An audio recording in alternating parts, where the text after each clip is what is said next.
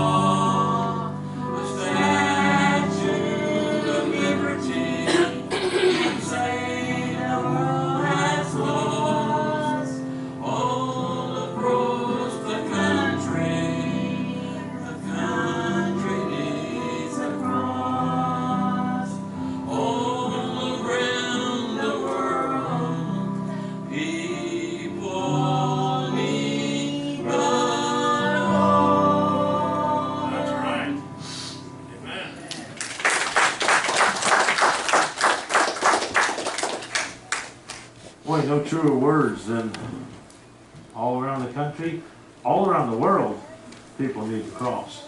They need Jesus Christ. Ephesians chapter 4, verses 26 and 27. I don't care to read these and know those in a minute. We talk about problems. I ask you in the beginning of this, how many of you have ever had problems and almost everybody raise their hand. We have all kinds of things. We talk about pain and fear, anger. How many have ever been mad? Raise your hand. All right, how many have ever been mad at yourself? How many ever wanted to kick yourself? How many ever put your foot in your mouth? How about both of them? At one time. Then you wonder why you fell down. We've all had anger problems, and we have to deal with that.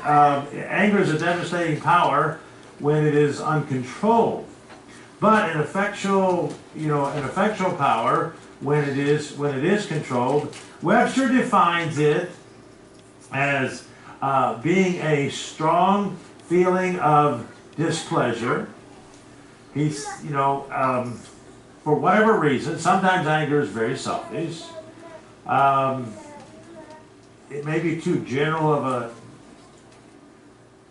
definition, but it affects our joy, it affects our health, it affects our individual lives, and when the anger comes out uncontrolled, it affects everyone around us. So read those verses and we'll go. Ephesians chapter 4, verses 26 and 27. Be ye angry and sin not. Let not the sun go down upon your wrath. Neither give place to the devil. So, be angry and sin not. You say, wait a minute. How in the world can you be angry and sin not? What did Jesus do when he came up to the temple? And like our world today, after COVID, things have gone crazy. And other things that affect our world, our economy. These prices have gone up on everything. You used to be able to buy a 2x4 for 89 cents. You used to be able to buy a 4x2 for 89 cents. It's like the guy goes into the store, goes to the hardware store, and said, I need a 4x2. He said, I need 8 4x2s. Guy said, you sure you want 2x4s? He said, well, let me go ask my brother. So he comes back in. He said, yeah. He said, yeah, my brother said, I need 2x4s. He said, we need 8 of them. And the guy said, how long? So he goes, asks his brother again, comes back in. He said, well, how long do you need them? He said, my brother said we need them for a long time because we're building a deck. Jim knows, Dave knows, if you work with wood, stuff's gone up, has food gone up. Did everybody see the KFC slide? The good old days? Feed 10 pieces of chicken, potatoes, coleslaw for $3.94. How many of you were around in the 60s and 70s and remember that? Some of you are lying. You raise your hand. Come on, raise your hands. That was, me and my dad could go there for a couple dollars, less than $2, eat a whole lunch, 2 pieces of chicken, everything. The good old days. Things have gone up a lot. Things have changed. Now, some things, I mention all that because sometimes things like that feed our anger, but uncontrolled anger causes a lot of problems. So some general facts, I am reacting and defending myself. He said, so we say, well, my rights are not yielded to the Lord. Sometimes we say, I'm not out of control. I'm just being controlled by circumstances. Well, if our faith doesn't let us go to the Lord, our circumstances are going to destroy us. Because I guarantee you some of these circumstances that are going to be a problem. Sometimes we say, I'm upset because I am focusing on things that are away with, that pass away with time, and that many times we let it go. I'm powerless to change, we say. So note the various phases of anger that we go to real quick before we get going. It begins with irritation. Somebody does something, or you do something, or your body's irritable, or a lot of things cause it. But that irritation turns into indignation. Indignation leads to wrath. Wrath moves to fury. And then fury is there, and then it becomes rage. And you all know what happens when somebody gets to that point of rage. They lose sanity. People will get mad at someone and today in our society, life doesn't matter. People will kill somebody else on a whim. A few years ago, that guy, and it happens all the time, road rage and all that, but that one guy in Indianapolis, in a hallway, somebody bumped into his grandmother. He turned around, shot the guy, and killed him. All he did was accidentally bump into his grandmother. So now he's probably, or he should be still in jail as far as I'm concerned, but we get in these modes that we don't care. Now, I'm not saying all of us, I'm saying as humans, anger is so prevalent today. You get mad about all these things in politics. Used to, those of opposite beliefs, Republicans and Democrats, could disagree on things, and yeah, they disagree on it, then they'd go out for coffee and talk about it. Now, if you even act like you're friends with the other side, you're a criminal. You can't even express your opinions anymore without somebody getting very angry. So you get the picture. So, first of all, observations regarding anger, Ephesians 4:26 and 27. We read those verses. But now, it is a God-given emotion. Jesus, as we said, went into the temple. And they were overcharging. Yeah, you had to have sacrifices. And I don't know what the prices were, the money and all that. I don't know how they dealt with all that then. But let's say a dove, you had to do a dove offering. Let's say a dove was $1. Well, you came into the temple, if you needed a dove, you had to have that dove for an offering or God wouldn't accept it. So you get the picture. Here's this guy, he has doves. Well, he figures, well, They're normally $1. But since these people really need it, I'm going to charge them $10. Taking advantage of the system. When Becky's mom had cancer, we knew she was going to die, and the last day we saw her alive was on that Thanksgiving, and then she died on the last day of the month. But a couple days after we left, Becky's brother came down and her dad went to the funeral home. And at that time, they said the vaults were $600. But they said if you need, right today, before you need them, they're $600. But if you need them, if you die, they're $1,000. I think that should be wrong. Why is it, when the need is there, why should they be allowed to raise the price? I think that should be illegal. The vault didn't change. I know they're a lot more than that now. That was in 1994. But that's what Jesus was dealing with. So he went in and he turned the tables over. He said they're a bunch of hypocrites and heathens and thieves because they were taking advantage of the people who had to have, because that was God's system. Jesus hadn't died yet. He hadn't been the supreme sacrifice, so they were overcharging. So when Jesus turned over the tables, was that a sinful anger? Of course not. He was trying to get them to realize something, that what they were doing was wrong. So it's a God-given emotion. Just as he gave us emotions of compassion, sometimes we have to get angry or something so we can change things. He's given us the emotion of anger, but not to the degree of destruction. But when used properly, it helps us to handle stress, and it helps us to relieve stress, and it helps us to solve problems. So anger is not necessarily sinful. Now, don't walk out of here today and say, well, the preacher said anger is not sinful, so I can do what I want. I can get mad whenever I want, however I want. No. It's like on the one Bill Cosby thing. His wife sent the kids up to take a shower. And he said they were upstairs and running around and dancing around and making all kinds of noise. And he said she stood up from the kitchen table and she said, I've had enough. I've had it. Moms, any of you know what that's like? We've taken our grandkids shopping this week. We know why Ryan has no hair.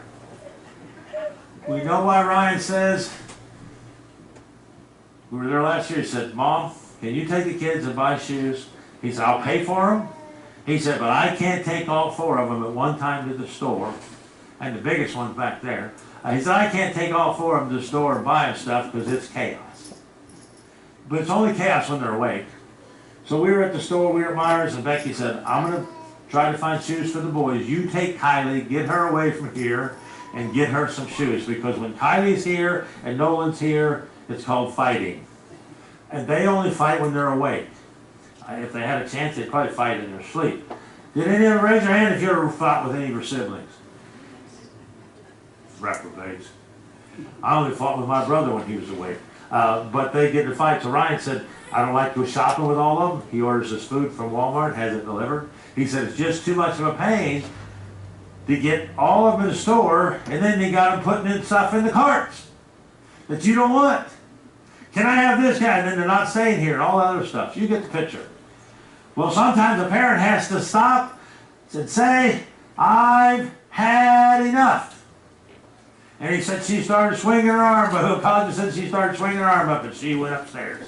And the next thing he heard was, hoo, hoo, ha, ha, hoo, hoo, ha, ha. They're running around, the one was running around the shower, not taking a shower, just the water running, stomping on the floor. And he said next thing he heard was somebody getting spanked, and then they had to get everything straightened out.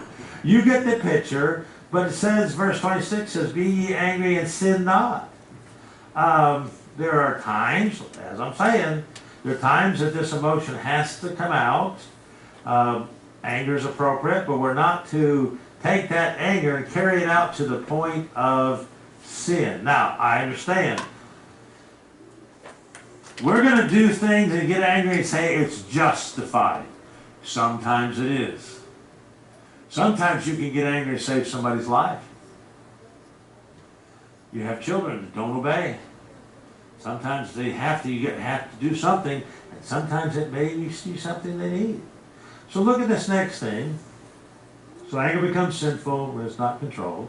The next slide says anger must have some safeguards. Now, let not the sun go down on your wrath.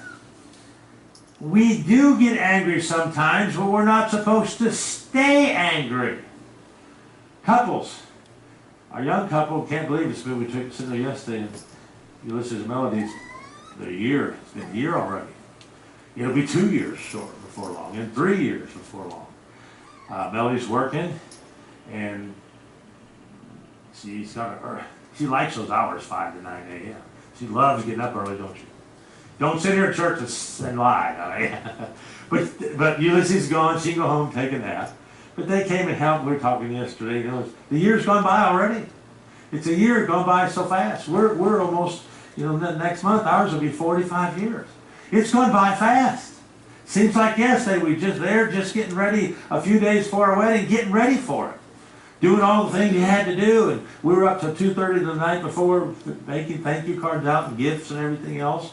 And then the wedding day, and it seems like it happened yesterday, but it's been 45 years. It's gone by really fast. But I hope for their sakes that the Lord comes back before 45 years. I hope for all of our sakes the Lord comes back before 45 years, because I'm looking for him to return.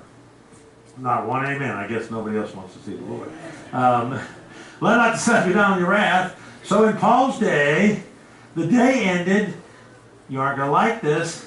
The day ended with the setting of the sun. That was the end of the day. But you get mad at somebody, you get mad at your spouse, you go to bed and you back to each other. I ain't talking to you for the rest of the day. Like Jim, who'd be here at a meal, just get stuffed. He said, I'm not eating again until the next time I eat. We get stuffed on Thanksgiving. We say, boy, those endorphins start working, that stuff in that turkey starts working, getting you tired. Boy, I'm not going to eat anything. It's going to be a while. It's going to be a long time before I eat anything. I'm not going to eat till tomorrow. And then they put these commercials on the football games. Kentucky Fried Chicken. If they had smell-o-vision, we'd all be sunk. You show these foods on there. The year Randy had his surgery, it was Thanksgiving week, and he couldn't eat for 4 days. And they showed all of these food commercials. He's laying in the hospital room. There was only a couple of the kids on the floor that year. He was 10 or 12, whatever it was, 11. And he had a lot of attention from the nurses. But all this food, he kept seeing it. And when you're hungry, and you keep seeing this food, steam coming off the chicken and hot dogs and French fries and all that, boy, you want it. You really want it. But you get the picture here. The sun went down on the day. We get mad at people. We say, I'm going to stay mad at you. So there was no mystical significance of sundown, but they just said, okay, the day ends. Now we say our day ends at midnight. At midnight, everything changes. Everything's different. A couple weeks ago, my watch keeps track of steps. It's not a Fitbit, it's a cheap one. But a couple weeks ago, we were up late, and I took my watch off, and it said I only had like 35 steps. I thought, what happened? All this day, I've walked more than 35 steps. Becky says it's 10 after 12. It had just changed over. I didn't realize that. Anybody else ever done these things stupid like that? No. All right, you sinners, get up here at the end, I thought, okay, I did more than 35 steps. So we cannot afford to sleep on wrong feelings, because that just magnifies it. And it says, neither give over to the devil. Uncontrolled anger is sinful. When you open our doors, we let the devil in, and he's sitting out there saying, aha, I got them. They're supposed to be Christians. Because then we have our anger show, and then our neighbor sees it, our family sees it, our workmates see it, and then they say, well, I thought you were supposed to be a Christian. Yeah, sometimes anger has to show. But then they say, oh, you're a sinner, you have to watch it. So let's give some examples of justifiable anger. Okay, justifiable. And look at this next slide. When God's word and his will consciously disobeyed by God's people, in Exodus 30, let me explain this, that is 32. Moses, he who after receiving the 10 Commandments, He got the 10 Commandments from God. He returned to the base of the mountain, as you know the story, and he found the people involved in idolatry. His anger was waxed hot. What did he do with those tablets that he had? He broke them.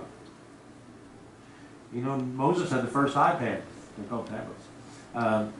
And it came down, the message came down from the clouds. Those of you who know computers will get that. The other ones, what is he talking about? He broke his anger. He saw them. He wasn't, I mean, he was up there a while. I understand, several days. But if you're serving God, you shouldn't give up on God in a few days.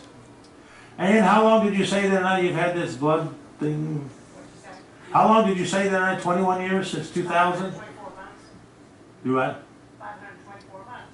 44 years we've been married. No. How long you had this blood thing? Since 2000? She didn't get her hearing aids started. Since 2000.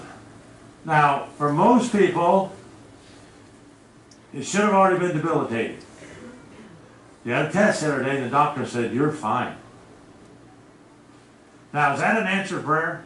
He said, you're fine. I've told you a story. A guy in St. Louis had going to go brain surgery. The next day they said, you got a tumor. You have to have it removed. And people were praying, and they did an x-ray on that day before. You got to have it done tomorrow. They went in the next day, and the doctor, they did another x-ray, see, or an MRI, what it was, whatever it was. I'm talking 40 years ago. And they said there was nothing. The day before, there was a brain tumor there. I know of God, our God, He's on the throne and He heals. I mean, He touched that guy and He took care of it. Moses came down, you know, we give up on God. He left his brother down there. Aaron tried to make excuses. But there's no excuse for sin. These people had made a golden calf, and they were, instead of bowing down to God, they were worshiping this calf. Now, we as Christians, even, if we're not careful, there are all kinds of things we could worship. Our houses, there are a lot of people this week, when their electricity is coming back on, they're thankful for, what did you say? She said text, they have air conditioning.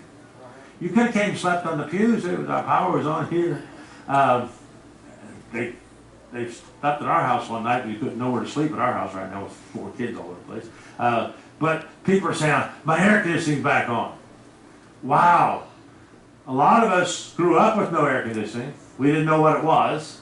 Didn't have it in school. We didn't have it in our houses. We didn't have it in our cars. We had air conditioning in our cars. Those wing windows, you know, they used to push air in. And you stick your feet out the window to cool off. That was the only air conditioning we knew. But when you don't have something, when you get it back, you're thankful for it. So anger. We got to make sure that it's not uncontrolled like Moses did. The last thing here. What about when God's house is defiled? John chapter 2, verses 12 through 17. We're not going to read all this. But when Jesus, like we said, found the temple being used as a place of merchandise. They were taking advantage of the situation, and instead of making a buck, they made $10. Now, Jesus dealt with that too. Matthew was a tax collector. You say, why did he choose a sinner? Well, they were all sinners. But back in those days, if your taxes, let's say your taxes were $100. They probably weren't that much then. But if your taxes were $100, the tax collector could come along legally, wasn't illegal. He could say, I want a tax, and it was legally binding. He said, I want a tax of $240. I mean, $140. He could make $40 or $80 or $100 or whatever. The tax collectors, from what I understand, they could ask for anything they wanted, and the Roman guard were with them, and you had to give them what they asked for, or you would go to jail. So he was a crook. But as far as making a living, he was pretty good. But Jesus chose a tax collector who ripped people off literally. So this is what we talked about in the beginning. He goes into the temple. He had to see what was going on. He used the emotion of anger to solve the problem. He turned the tables over. He told them that they were wrong. He told them that they had to do things differently. He said, you can't do this. So one last thing. Many examples can be found of justifiable anger throughout the scripture. But that isn't the real problem.